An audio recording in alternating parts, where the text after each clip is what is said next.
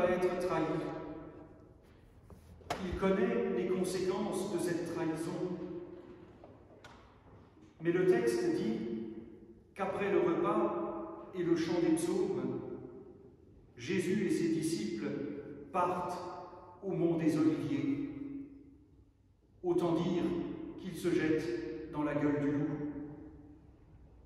Pourquoi n'a-t-il pas pris la fuite? Pour répondre à cette question, je ne me contente pas des réponses qui disent la liberté ou la souveraineté, voire la grandeur ou la puissance de Jésus. Jésus vit un drame. Dans sa prière au mont des Oliviers, vous le savez, il demande à ce que la coupe passe loin de lui. Ça veut tout dire. Alors pourquoi est-il resté? En ce jeudi saint, l'Évangile nous présente un Dieu qui se donne.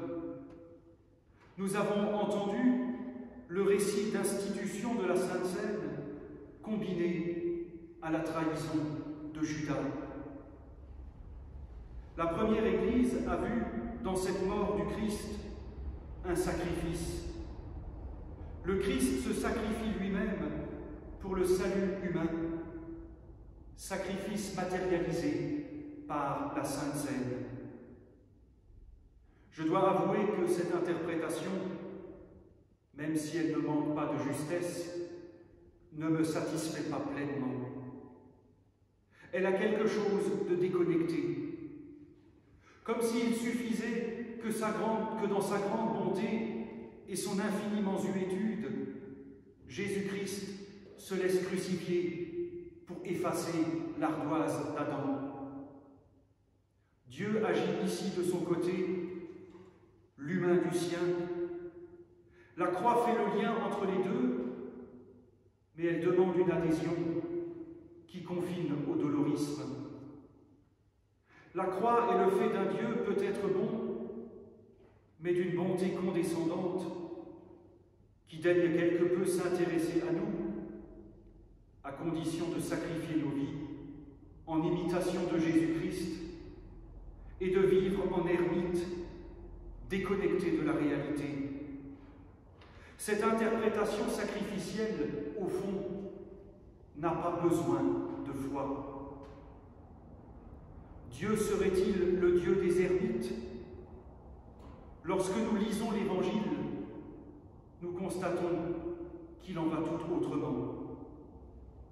Dans cet épisode de l'institution de la Seine, nous voyons Jésus qui partage le repas de la Pâque avec ses disciples. Un partage au sens propre. Conformément à la coutume de l'époque, il y a un plat unique dans lequel chacun se sert avec les doigts. À l'époque, on n'avait pas de problème de Covid. Mais ce repas partagé, devenu signe du don du Christ, ceci est mon corps, ceci est mon sang, révèle un Dieu qui, dans sa bonté, ne fait pas preuve de miséricorde condescendante. Plus que d'effacer l'ardoise d'Adam, le parcours du Christ jusqu'à la croix révèle un Dieu qui se fait solidaire de l'humanité et du parcours de vie humain. Il est l'incarnation d'un Dieu qui se fait solidaire de l'humanité et solidaire de ma personne, solidaire de la souffrance humaine et de ma souffrance, pour me permettre, et c'est déjà pas mal, d'endurer ce qui m'arrive et de durer dans ce qui m'arrive. C'est pour cela que Jésus-Christ n'a pas fui. Parce que Dieu ne fuit pas devant nos doutes, devant nos questions ou devant nos souffrances. Il ne fuit pas non plus devant l'indifférence ou la trahison. La croix est le signe posé d'un Dieu qui vient nous arracher à nos destins, qui nous dit que nos vies sont bien plus que métro, boulot, dodo, gestes barrières et pandémie. un Dieu qui vient nous arracher au destin de la maladie, de l'épreuve et de nos croix. Un Dieu qui met la main dans le même plat que nous. En ce jeudi saint, il nous est rappelé que notre foi ne nous coupe pas du monde, mais qu'elle nous en rend solidaires. Il nous est rappelé que nos vies ne sont pas le jouet des contingences de l'histoire ou des décisions politiques. Nous sommes une communion humaine, appelée à mettre la main dans le même plat, mais un plat où Dieu se sert aussi.